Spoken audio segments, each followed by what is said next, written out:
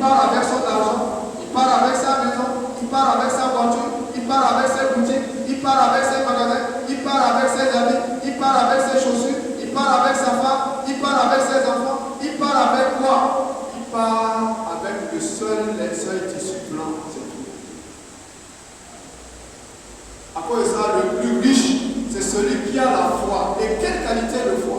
La foi sur l'unicité de la foi. Il ne faut pas confondre les choses. On a plein de musulmans, mais ils sont encore déraillés. Vous l'avez pas par là. Tous ceux qui sont sur l'association, mais ils sont déraillés. Ils ne sont pas comptés comme des croyants. Ils sont comptés musulmans, mais musulmans associateurs. Qu'Allah nous a présentés. Donc, tiens bien ici. Je vous ai dit ici, mes frères, jeunes comprenez, que ces imams que vous voyez, ce qu'ils vous donnent, concernant l'enseignement de l'unicité d'Allah, il n'y a rien qu'on peut prendre leur payer semblable à ce qu'ils vous donnent. Il n'y a pas. Il n'y a pas, et il n'y aura pas. Rien ne peut être comparable au livre d'Allah. Allah dit, ma parole, elle est suprême. Donc, celui qui te donne l'unicité d'Allah à travers le Coran, à travers les hadiths de Muhammad sallallahu alayhi wa sallam, même si tu prends toutes les maisons de Pointe-Noire, tous les camions de Pointe-Noire, tous les usines de Pointe-Noire, toute la richesse des banques, tu lui donnes à la place d'un seul verset par le Coran qui t'a expliqué concernant l'unicité d'Allah, pour que quand tu comprends l'unicité d'Allah, il n'y a rien de pas. Toutes ces richesses-là que je viens de citer, si tu prends, tu lui donnes, tu n'as pas encore payé. Donc, Allah dit à ceux qui discutent sur l'eau de Kia, observez-vous parfaitement le sperme que vous éjaculez.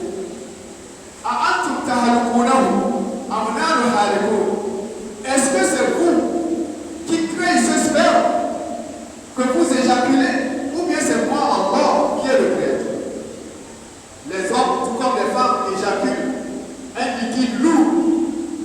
Et quand ça quitte ton corps, tout le corps bouge. Non. Mais Allah a dit ça, c'est pas moi qui dit.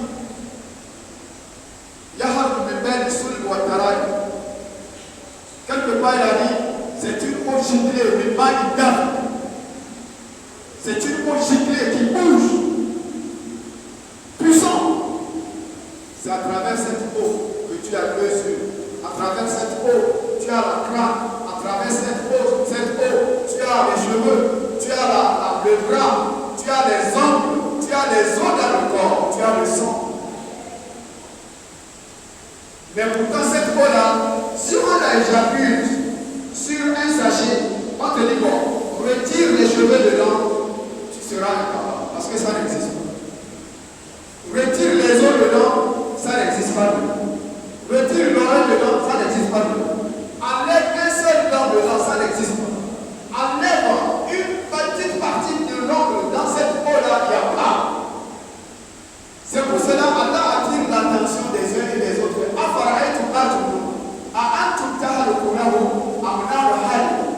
Est-ce que le sperme que vous éjaculez, vous êtes les auteurs de sa création, et c'est moi? Puisque c'est à travers le sperme que tu es devenu l'être humain. Donc, si tu doutes en ce qui concerne la résurrection, regarde d'abord où tu viens. C'est ça le sens. Allah est en train de t'amener, c'est-à-dire d'une confirmation indiscutable à travers ce verset, que si réellement il a pris le sperme pour te donner la forme exemplaire. Parce que l'homme, là où tous nous sommes là, en ce qui concerne en ta propre personne, vous dites que sur mon corps, maintenant, normalement, il y a telle chose qui me manque sur mon corps pour que je sois complet. Il y a quoi maintenant qui me manque? Il n'y a rien qui te manque. Allah t'a créé complet. Comme il se doit. Les membres qu'il faut pour que tu dors, pour que tu manges, pour que tu marches, pour que tu te réveilles, pour que tu travailles, pour que tu réfléchis, tout Allah. Il n'y a rien qui te manque. À cause de ça,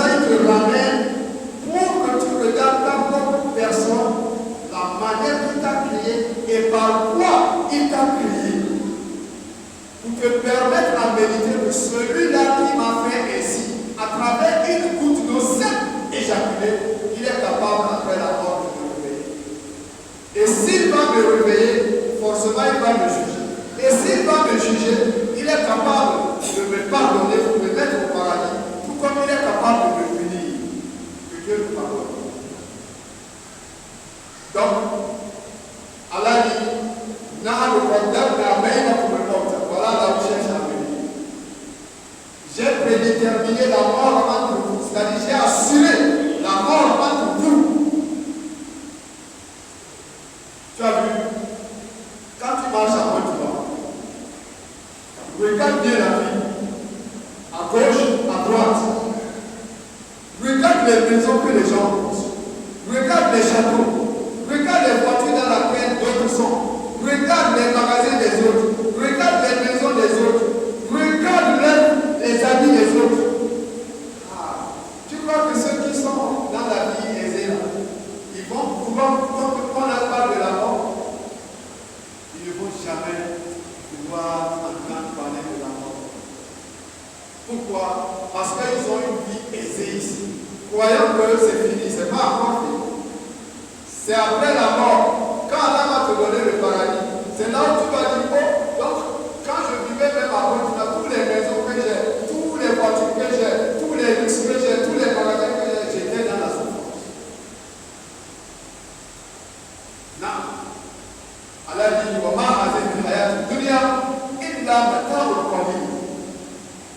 Allah, pour confirmer ce que je dis, Allah dit que ce moment, elle n'est qu'une petite minime jouissance.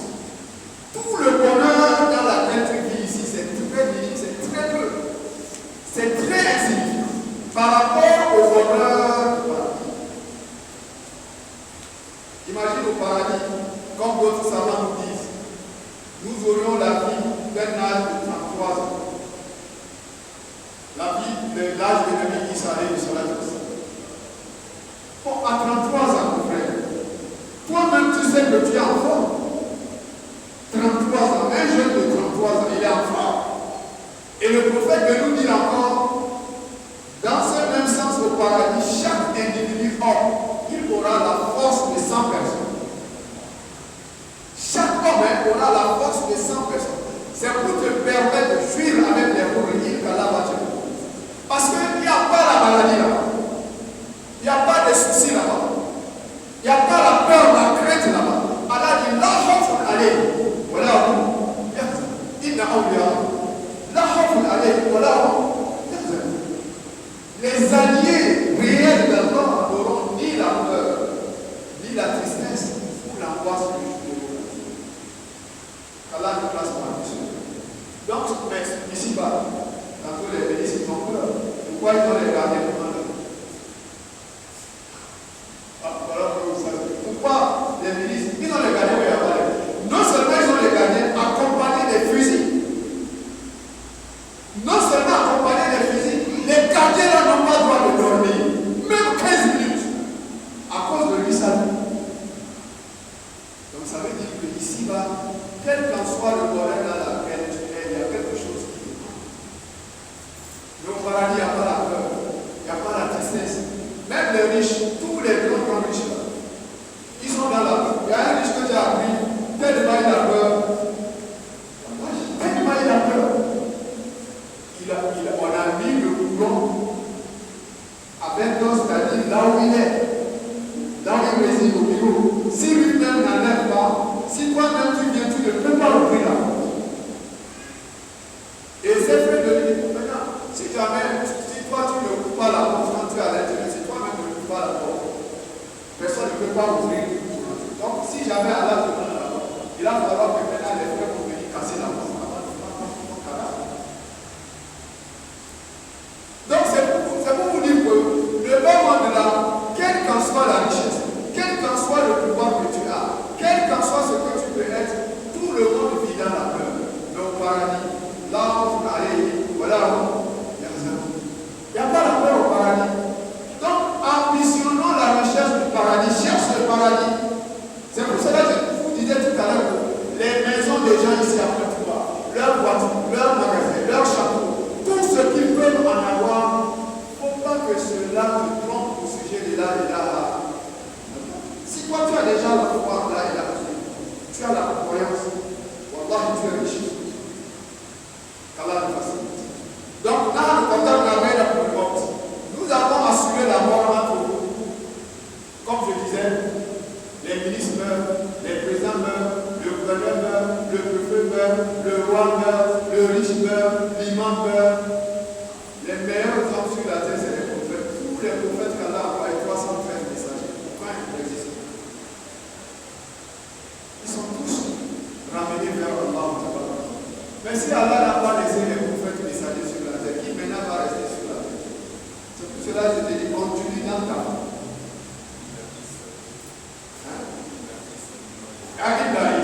Sauf Isa, il va revenir. Ça c'est confirmé, ça c'est clair, les autres Isa lui va revenir pour confirmer la prophétie du prophète Mohammed sallallahu alayhi wa sallam, pour confirmer le Coran, la véracité du Coran, le pouvoir, la puissance du Coran par rapport à d'autres livres précédents. En dehors de lui. Donc mes frères, si tu as la foi en Dieu, tu as la meilleure richesse. Allah nous facilite. Donc, personne ne peut pas nous empêcher que vous subissez la mort. Donc, tout le monde va mourir. Tout être humain, quel qu'en soit ce que tu es.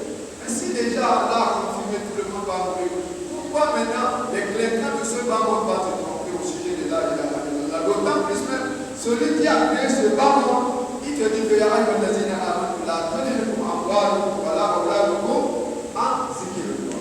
Wa man yaf'al dhalika fa ulaika hum al-khasirun.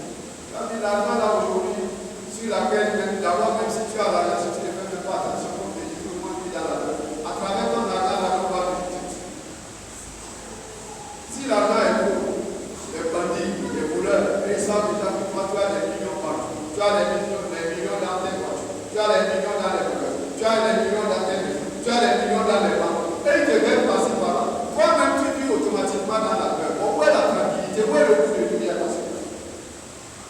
Donc, comme Allah dit, personne ne peut nous empêcher pour que vous subissiez la mort. Allah ne pas dire ça. Allah dit, nul doute, nous allons vous remplacer par nos semblables. Voilà, là où Allah est en train de te ramener. Allah ne pas dire Amsal.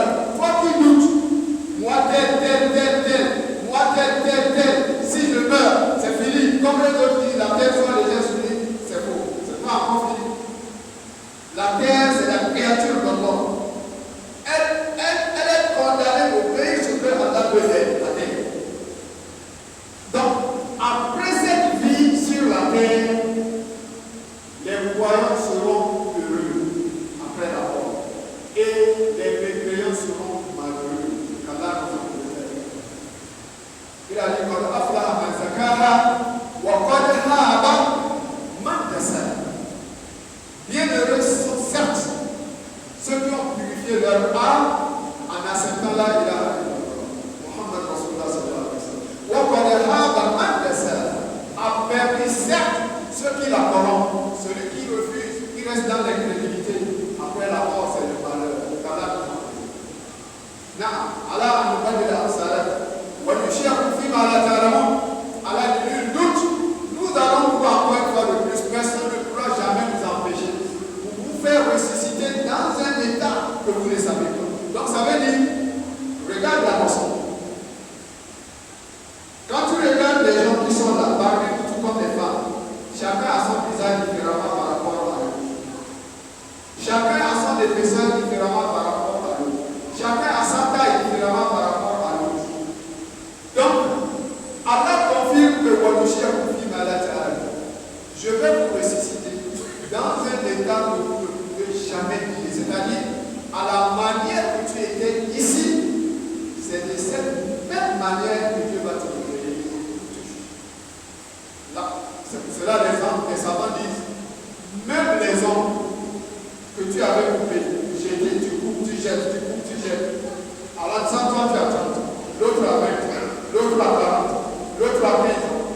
Mais les hommes qu'on a coupés, j'ai dit, c'est où?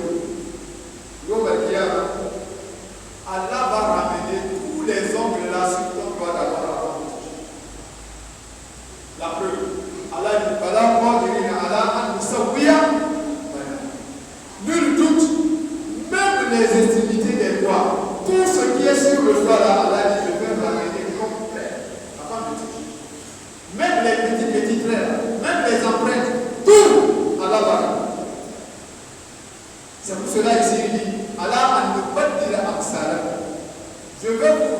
prier comme vous étiez, à vos semblables, correct.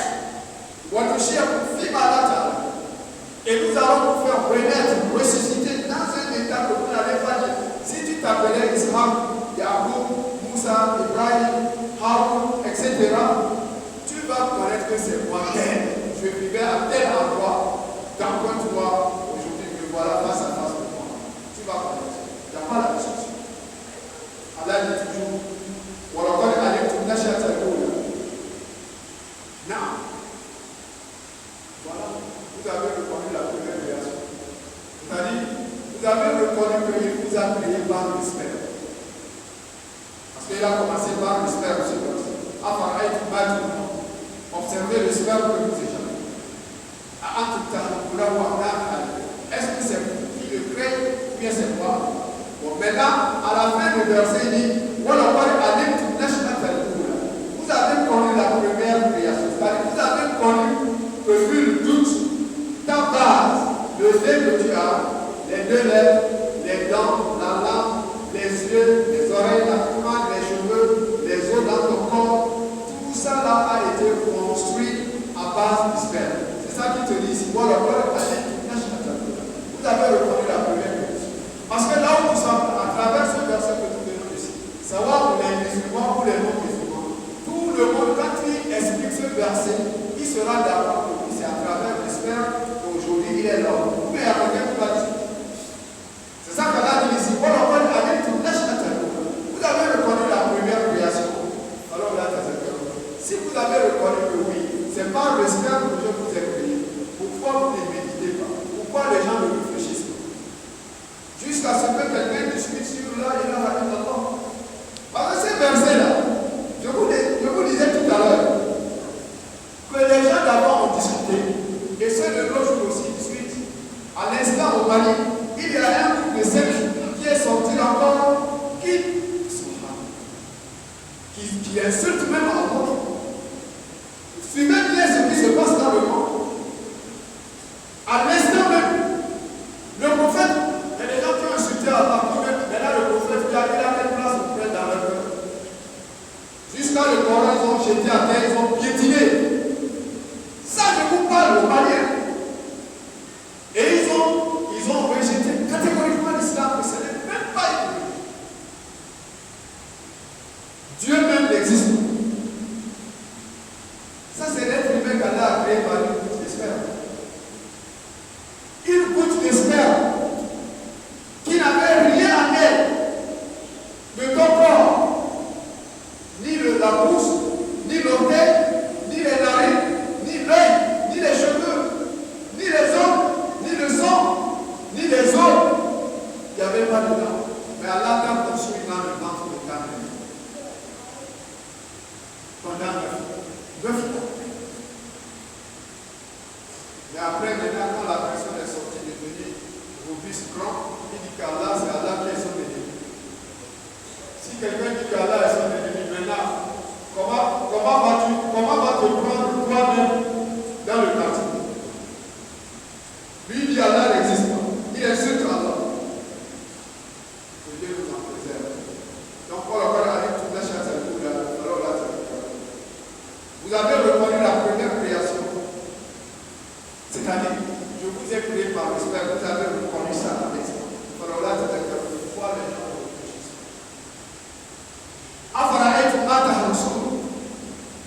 Allah a fini le premier exemple. Il donne encore notre deuxième exemple. Comme l'homme aime discuter. On lui propose la pure vérité, il discute. Bon, maintenant, ici, Allah dit, si l'exemple, l'homme n'est pas d'accord, Allah laisse dire, observez ce que vous cultivez.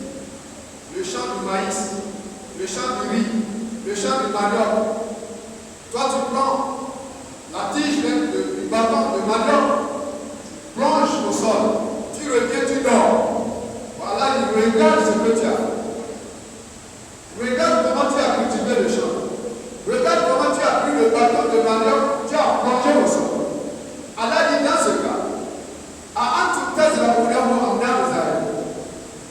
est-ce que c'est vous même qui cultivez ou bien c'est moi Allah qui cultive à votre place? D'abord, regardez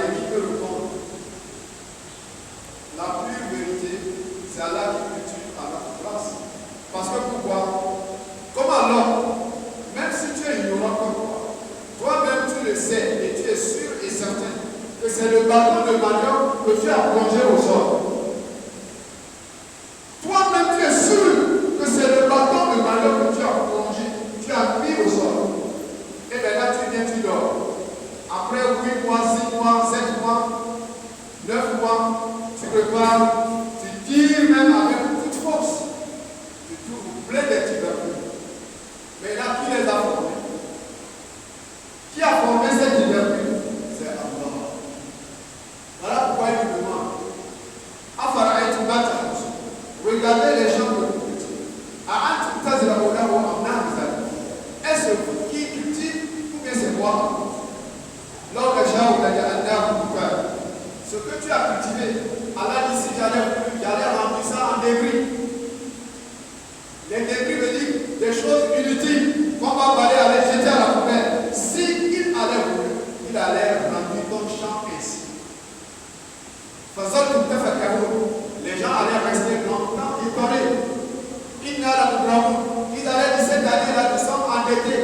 Au contraire, nous sommes privés de bonheur. Quand les cultivateurs font un champ, ils cultivent, ils plantent, ils sèment. Et que maintenant, 4 mois après, il y a eu la pluie, ils sont gênés. Ils sont gênés, ils pleurent. Donc, après l'avoir cultivé, Allah fait descendre la pluie. Et la pluie rentre au sous-sol, dans nos plantations, dans nos semences. Et ça relie les grains que nous avons semés avec la terre. Et après Allah, il fait germer. C'est-à-dire, ce que tu as semé, il fait fendre la terre. Et quand il fait fendre la terre, ce que tu as semé là, ça pousse d'abord en feuille. Après, maintenant, ça donne les grains. Ou bien les feuilles. C'est pour cela qu'il a ajouté. Je jure par le ciel qui fait revenir la pluie.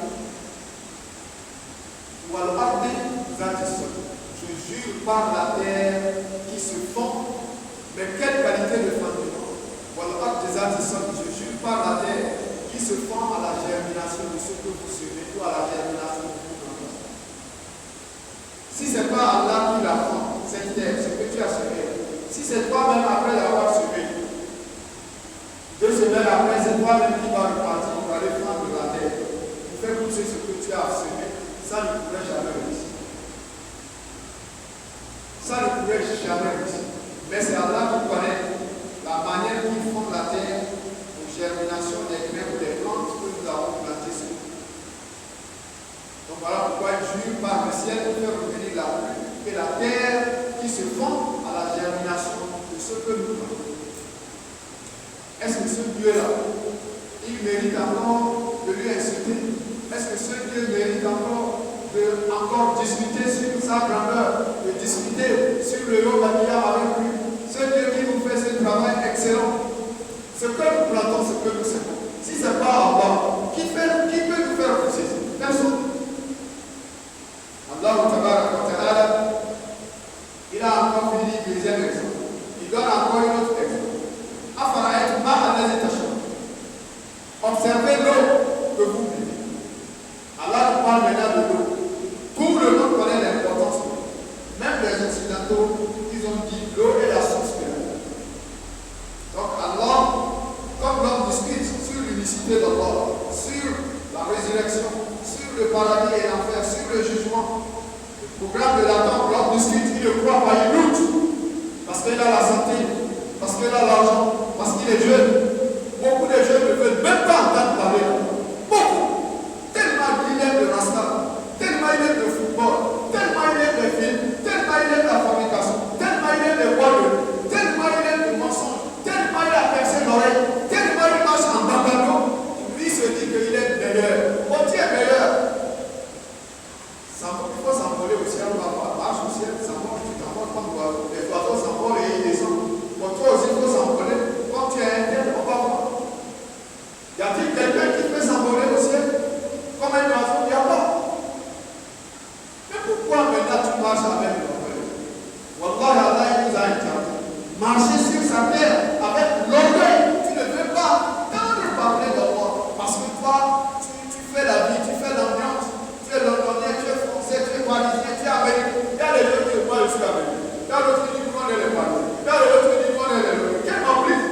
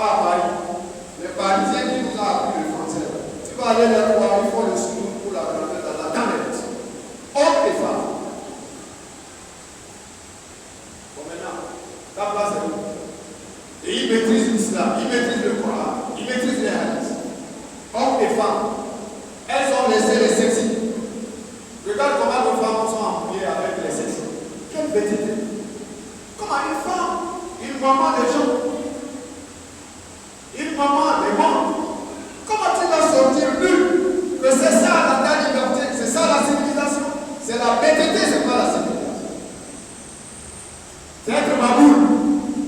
Tu laisses ton corps dehors, tout le monde te regarde, même les petits enfants de 5 ans. Ils voient ta nudicité, ils voient ton nombril, ils voient tes seins, ils voient tes jambes, et puis tu dis c'est la civilisation. Entre-temps, les enfants de 5 ans, 6 ans, 7 ans, 8 ans, 9 ans, tu regardes ta nudicité. Si tu avais les enfants de cet âge, eux, ils ne vont jamais pouvoir que les autres enfants regardent ton nombril. Ils ne vont jamais pouvoir que les autres regardent tes jambes. Ils ne vont jamais pouvoir que les autres regardent tes seins. Et puis tu dis c'est la civilisation. Quelle civilisation? Entre-temps, les femmes françaises, les femmes londoniennes, anglaises, les femmes américaines, elles sont dans les hijabs. Voilà, elles sont dans les. Ceux qui ont compris par eux sont dans les hijabs. Suivez bien les réseaux sociaux. Il y a des stars qui prêchent là-bas. Suivez leurs prêches, vous allez voir comment les femmes françaises, les femmes américaines croyantes en ce livre Coran, qui croient à l'unicité d'Allah, qui croient au prophète Mohammed sallallahu alayhi wa sallam, comment elles sont dans les hijabs? Il y a même une française qui a discuté avec le tribunal de France là-bas. À cause de quoi? À cause des hijabs. Une française blanche. Elle a dit, vous dites que les musulmans, c'est leur mari qui leur force pour mettre les hijabs. Donc on les oblige. Parce que chez eux, il y a ce qu'ils appellent droit de l'homme. C'est quelque chose de très très fort. Donc chacun est libre de marcher comme il veut. Chacun est libre de parler comme il veut. Chacun est libre d'aller comme il veut. De sortir comme il veut, de revenir comme il veut. Même si elle est en mariage, elle n'a qu'à sortir, même si c'est à minuit. Toi, le mari, tu ne peux pas là. Nous avons beaucoup de frères qui sont en Allemagne, qui sont en France, qui sont en Angleterre, qui sont en Italie, qui sont en Hollande, qui sont, wallah, qui ont amené leurs femmes là-bas. Ils souffrent de tête. Bien, les musulmans et nos frères, je vous parle de nos frères musulmans. Parce que là-bas, quand la femme depuis ici, c'est pour cela que je vous dis, ce que les imams vous enseignent ici, à travers ça. Parce qu'on a des frères, hommes et femmes qui n'ont pas compris l'islam. Et aujourd'hui, la personne se trouve en Allemagne avec sa femme, d'autres en Angleterre avec sa femme, d'autres en France avec sa femme. Maintenant, quand la femme est arrivée là-bas, elle ne connaît pas l'islam, elle ne connaît pas la ilaha illallah, elle ne connaît pas le Coran. Elle est là seulement des musulmans. Et elle trouve là-bas, les blancs disent, toi, tu es libre de sortir comme tu veux, au moment où tu veux, et tu es libre de revenir comme au moment où tu veux. Là-bas, en France, en Allemagne, en Italie, en Hollande, c'est comme ça, ils vivent comme des animaux.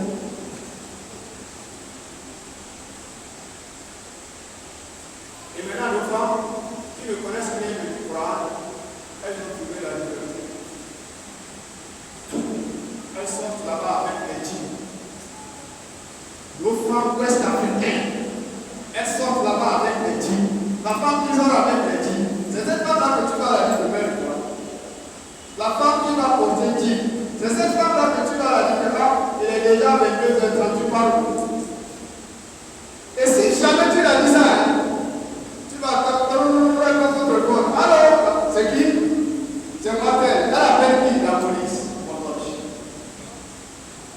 Elle appelle la police contre qui? Son mari. Alors, pourquoi je vous dis, nos frères ouest-africains qui sont partis en France, en Allemagne, en Italie, en Hollande, en Angleterre, ils souffrent avec leurs femmes. Ils regrettent, mais pourquoi j'ai amené ma femme? Même des semaines d'Europe, même au Gabon, beaucoup d'autres parmi nos frères souffrent avec leurs femmes. Parce qu'elle est venue, elle a trouvé un groupe de cancers, des femmes cancers. Femmes qui cherchent tout le temps.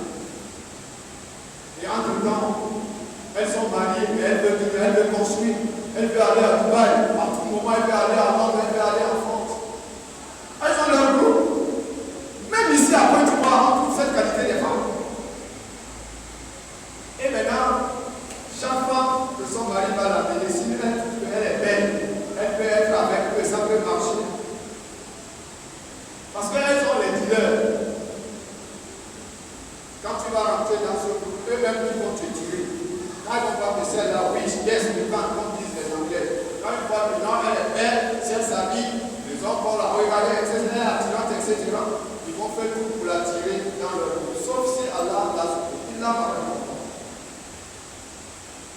Et maintenant, quand ils vont la mettre dans leur groupe, c'est fini. On cherche une grande type, on la colle avec lui.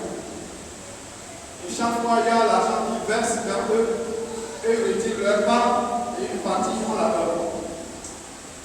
Les femmes musulmanes, là je ne parle pas des femmes musulmanes mariées, je ne dis pas les filles. Il y a ce groupe-là, plein. Il y en a à Dubaï, il y en a partout, même ici à Bâtiment. C'est pour cela, mon frère, le prophète Mohammed sallallahu alayhi wa sallam, parmi les 4 femmes qu'il nous a choisies, celle qui est belle, celle qui est riche, celle qui est sortie d'une famille noble et celle qui a la foi. Il a dit maintenant, parmi les 4, je vous choisir celle qui a la foi. Prenez celle qui a la foi et vous faites marier. Quand elle sera bénie. Donc le mariage, il y a la plupart des jeunes qui sont assis. Si tu n'es pas encore marié, profite-moi avec toi dans ce hadith de Rasul sallallahu alayhi wa sallam. Parce que le choix du prophète, c'est le meilleur choix en dehors d'Allah. Celui qui va nous faire choix en dehors d'Allah, c'est le prophète Mohammed sallallahu alayhi wa sallam. Et d'abord, le Coran même l'a dit, donc par lequel elle a confié Rasulullah, au soit donc si le prophète a fait choix, prends le choix du prophète. Le choix du prophète, c'est de marier la femme qui aime la religion. La femme qui a la foi, la femme qui craint en Allah. Laisse la beauté, parce qu'il a dit la beauté peut finir d'un moment à l'autre. L'honneur de sa famille, si tu maries une femme à cause de sa famille, son homme, la noblesse peut finir. Blaise Compaoré, il était président, aujourd'hui il est président. Puisqu'il a dit, mais il est plus burkinabé. Tout le monde a entendu ça. Comment quelqu'un qui pouvait être payé après va dire c'est tout? Pourquoi? Parce que sa noblesse est finie. Il ne se retrouve plus. Et c'est ça la puissance d'Allah. Le pouvoir d'Allah. Tous ceux qui sont en train de nier l'unicité d'Allah, s'ils se regroupent tous, les gangas, les charlatans, les marabouts, les gris-gris, les génies qui ne parlent pas là, il a dit Allah. Tous pour aller combattre Allah, ils le pourront. Mais les rois de l'Orient, les combats, on les amène dans leur pouvoir. Oui. On les amène. Donc, le prophète dit la noblesse peut finir. La beauté peut finir. Si tu as marié une femme à cause de sa richesse peut finir. Si tu as marié une femme à cause de sa beauté peut.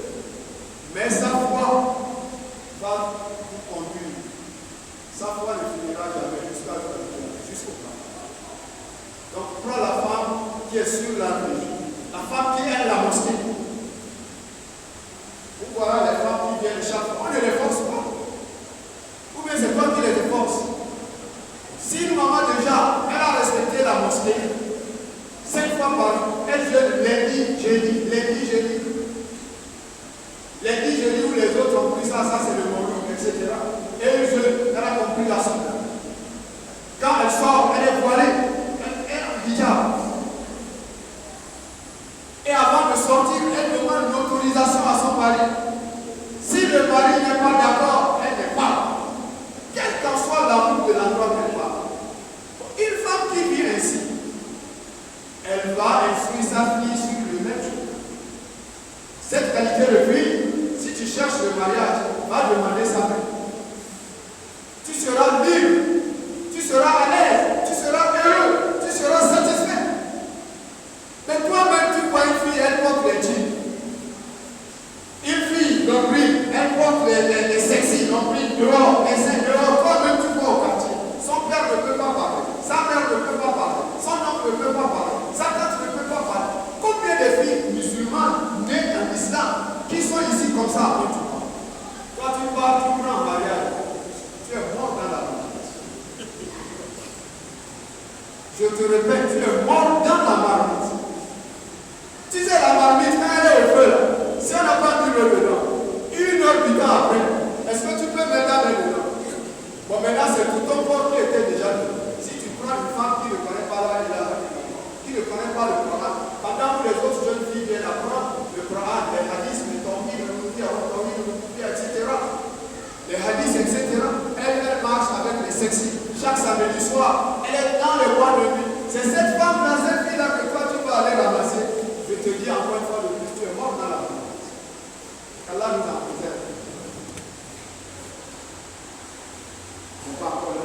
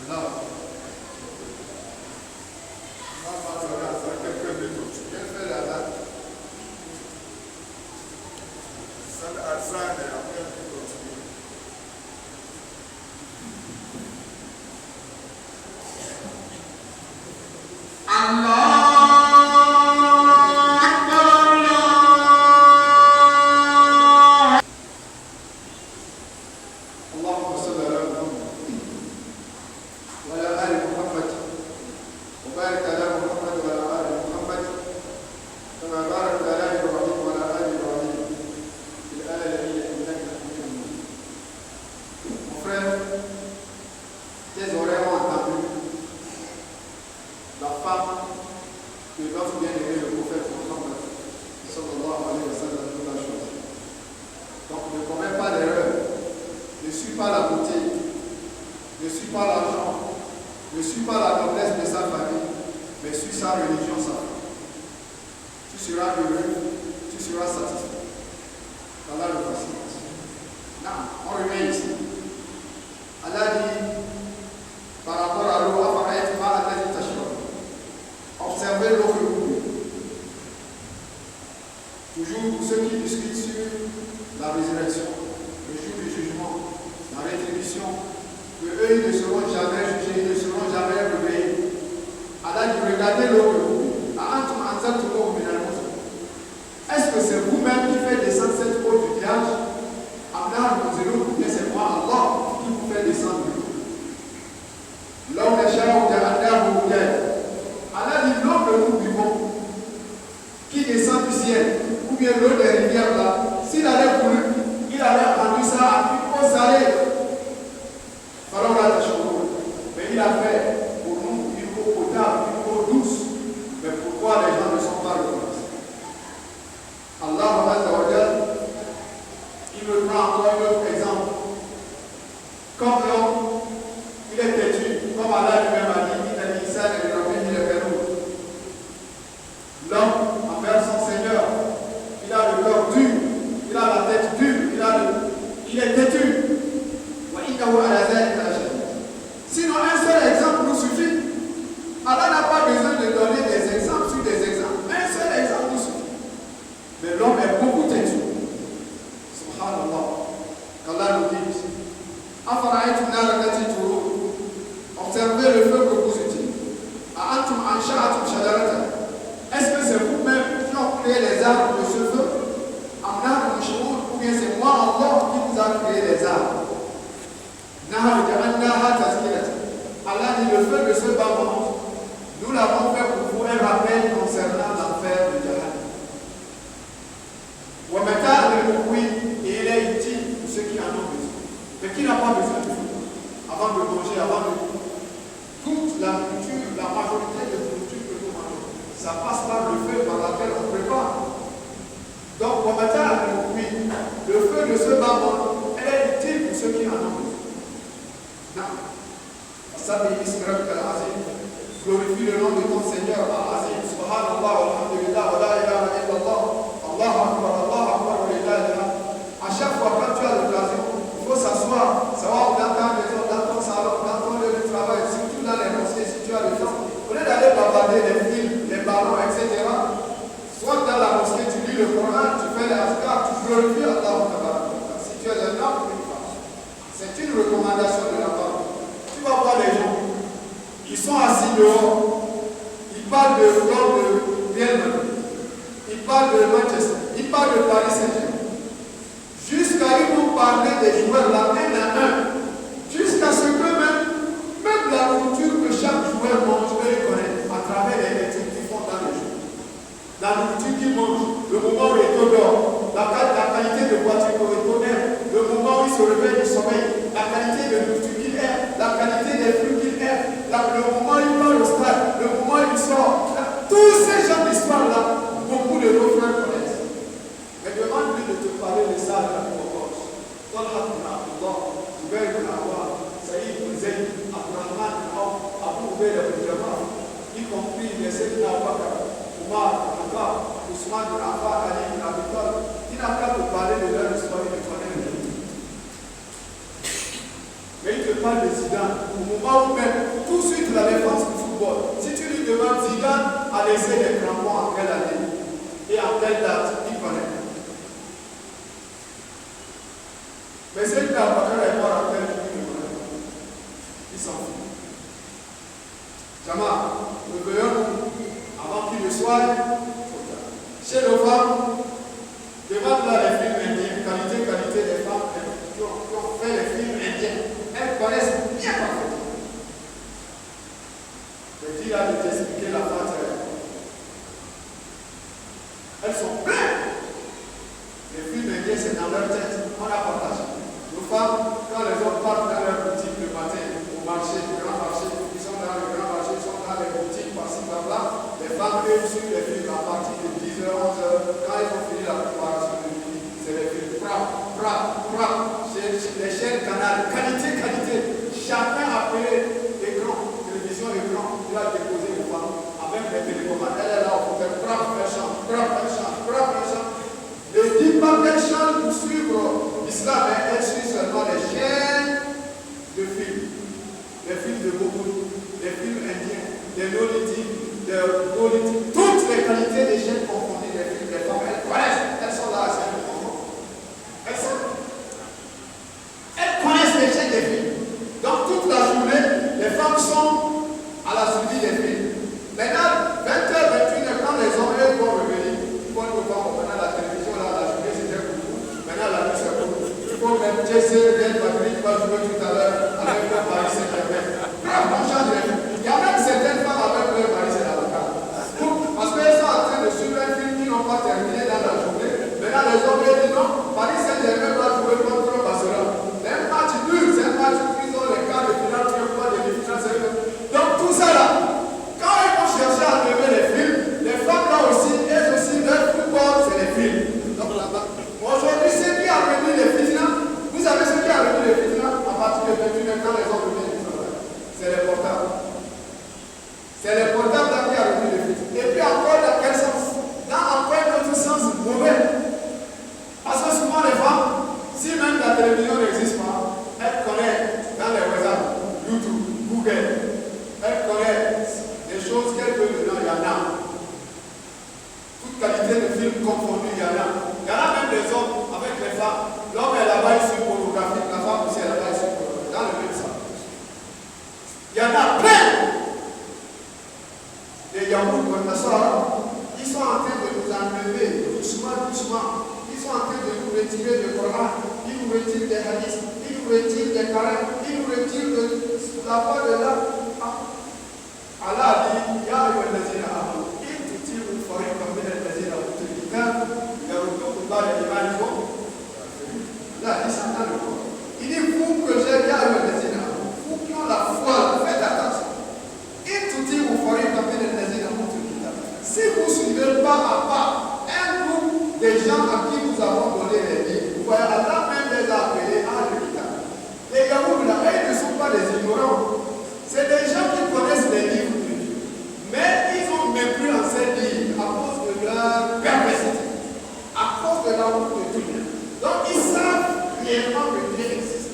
Ils savent que Dieu est vrai. Ils savent que l'homme qui a existe. Ils savent que Mohammed sallallahu alayhi wa sallam est là. N'as-tu pas entendu Allah dire Ya'arfuna ou Kama Ya'arfuna Abna'ahum? Que les Juifs là, ils connaissent parfaitement Mohammed Rasulullah sallallahu alayhi wa sallam de la même manière qu'ils connaissent leur propre fils. Donc ils savent que c'est un prophète messager venant d'Allah. Même Isa Rasulullah qu'ils ont dit là, c'est expressement. Ils connaissent que en vérité Isa est le prophète. Ils savent que Moussa est le prophète. Ils connaissent que la Bible, tous les livres de Dieu là, il y a l'authenticité avec eux. Mais à nous de venir avec ils ont dit. Voilà comment maintenant ils cherchent les partisans, les groupes qui vont les accompagner vers l'enfer. Après ça, aujourd'hui, portable, il y a toutes les ordres. Toutes les ordres. Les femmes se mettent. On est arrivé au point aujourd'hui. Les femmes musulmanes, je vous mets en garde. Il y a des femmes qui font les films vus dans leur portable et ils envoient ça à leur gars. En tout cas, aller en mariage. Il y a un homme, tellement le zina lui a percé. Ça, c'est passé au corps.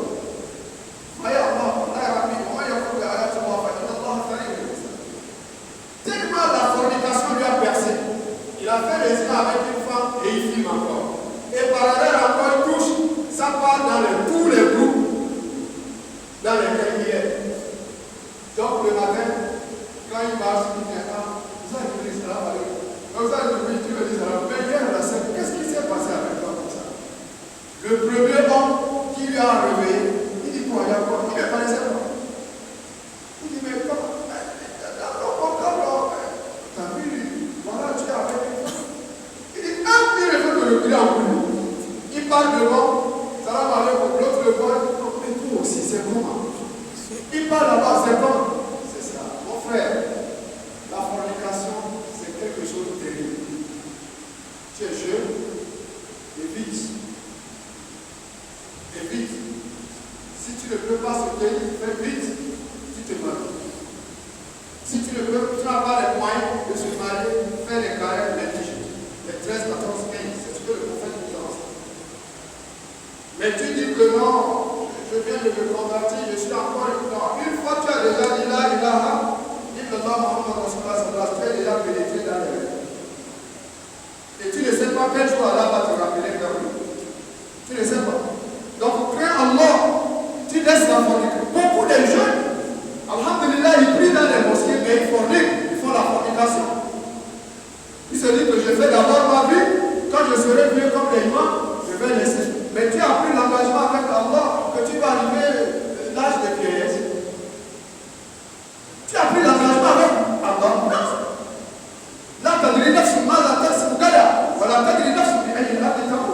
aucun homme ne connaît pas la terre sur laquelle il va mourir. Et aucun homme ne connaît pas quand est-ce qu'il va mourir.